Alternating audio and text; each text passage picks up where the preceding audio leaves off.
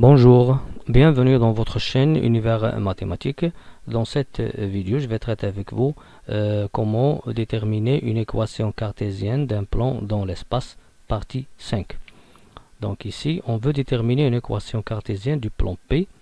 Bien, l'énoncé pour cette question, bien sûr, on considère le fait que P est tangent à la sphère S de centre A au point B. Ça veut dire que le plan P est tangente à cette sphère, et cette sphère est de centre A, de composante 3 moins 2, 3, et le plan P est tangente à S au point B, c'est-à-dire le seul point d'intersection entre P et S, c'est le point B.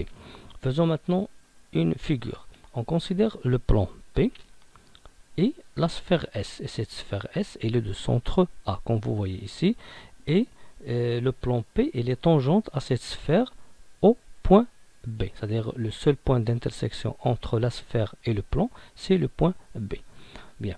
Pour déterminer une équation cartésienne d'un plan dans l'espace, il nous faut bien sûr un point qui appartient au plan et un vecteur normal au plan. C'est ça qu'on va déterminer comme énoncé, et après on va donner une équation cartésienne de ce plan. Premièrement, on sait que le plan P, puisqu'il est tangente à la sphère, à cette sphère au point B, alors B c'est un point qui appartient à la sphère et aussi appartient au plan P. Donc le plan P passe par le point B de coordonnées 1, 3, moins 1. Premièrement, le premier énoncé est déjà défini ici. Le plan P il passe par le point B. Bien. Après, on va déterminer un vecteur normal. On sait que si un plan est tangent à une sphère, alors et cette sphère il est de centre A, et le point d'intersection entre les deux c'est B, alors la droite AB elle est perpendiculaire au plan P. Maintenant le vecteur directeur, le vecteur AB c'est un vecteur normal au plan P. Ça c'est le vecteur normal, soit on écrit le vecteur AB ou bien le vecteur BA. Maintenant qu'est-ce qu'on va faire? Puisqu'on a les composantes de A et de B, on va donner et déterminer les coordonnées ou bien les composantes du vecteur AB. Bien, pour le vecteur AB, 1, moins 3, 3, moins 2, moins 1, moins 3. Finalement, le vecteur AB, il a pour composante moins 2, 5, moins 4.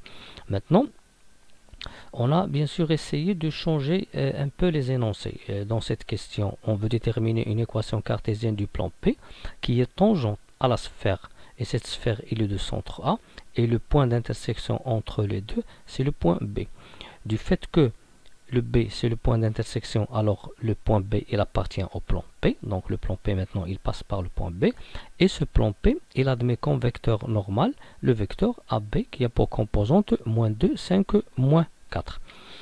Maintenant notre énoncé est le suivant: le plan P passe par le point B de composante 1, 3, moins 1 et a pour vecteur normal AB moins 2, 5, moins 4.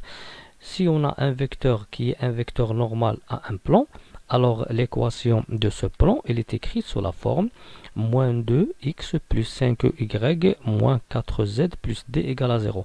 Avec moins 2, 5, moins 4, ces coefficients, ces trois coefficients sont les composantes de AB qui est un vecteur normal au plan P. Maintenant reste à déterminer la valeur de ce dernier coefficient qui est D, et pour déterminer D on va utiliser le point B qui appartient au plan. On va écrire maintenant, on a B de composante 1, 3, moins 1 appartient au plan P. On va remplacer x, y, z respectivement par 1, 3 et moins 1. On va trouver moins 2 fois 1 plus 5 fois 3 moins 4 fois moins 1 plus d égale à 0. Après le calcul, on va trouver moins 2 plus 15 plus 4 plus d égale à 0. Et finalement, le d égale à 2 plus 15, moins 15 moins 4 qui est égal à moins 17.